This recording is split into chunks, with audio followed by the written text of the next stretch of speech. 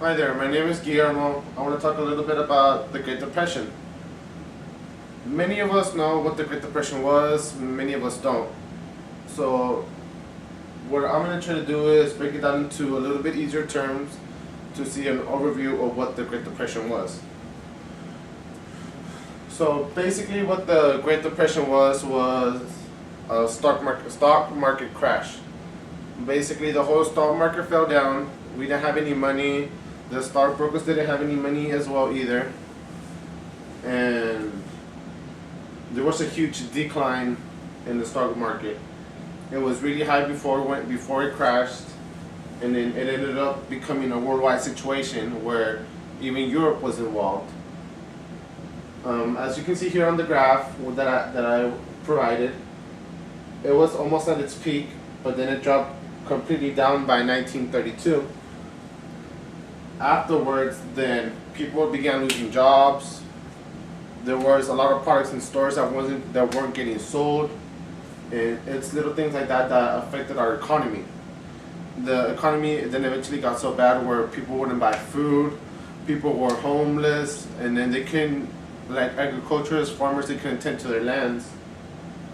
Eventually, then it ended up going into the Dust Bowl, which was part in the Great Depression, where the ground just became dust since it wasn't being maintained due to the lack of crops, the lack of water, and that basic farming maintenance. Okay, there was a huge panic when the Great Depression hit. People didn't know what to do. It was a first time thing where the banks didn't have money. The banks, everything that the customers had put it in savings, it was all gone. It was that kind of crisis where people were lost, they didn't know what to do. But people did, once they heard about that stock market crash, they went to the banks and retrieved all the money that they could that was left. They had invested in a few stocks, and even whatever stock was left, they just pulled out completely to retrieve that kind of money. Everything happened during Hoover's and Franklin Roosevelt's presidency. However, it began with Hoover, where when it happened, he tried to reform it. He tried to loan money from the government to the bank. What he wanted to do was lend them the money, have the banks then loan it to businesses to make more employment. The more employment, then they would get more goods, and then goods that were being sold, then they could have made money and then paid off loans and paid off the government. However, that plan failed, and it ended up becoming a drawback. Eventually, then the government was in debt, banks were in debt, banks went bankrupt, and then they closed completely, and then people couldn't get their money back. Whoever got their money were the lucky ones in that situation at that time. And then along came Franklin Roosevelt. He then began the New Deal. He wanted to reform, he wanted more industrialization again, more agriculture.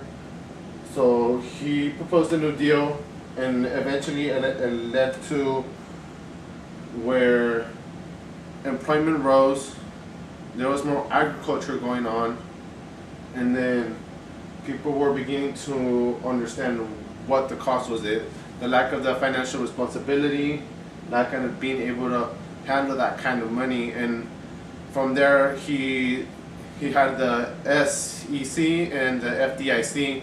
The FDIC basically protects people's investment.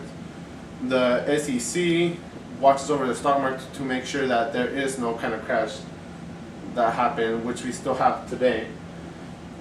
And then the unemployment status, it was at around 40% when FDR took over, and then dropped down to about 20%, which dropped down because of the World War II with the needs that needed to be provided.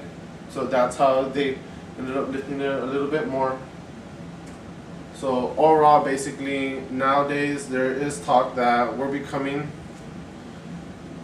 going to that state, and we have a little bit, but we've overcome it. We just need to be able to watch those finances that the government has. If not, then we're going to end up in another Great Depression. So with that said, it's not safe to assume, but it should be assumed that we need to know what we're financing. We need to know what's going on in the world to be able to manage what we have in order to survive. That way we don't have another crisis like the Great Depression.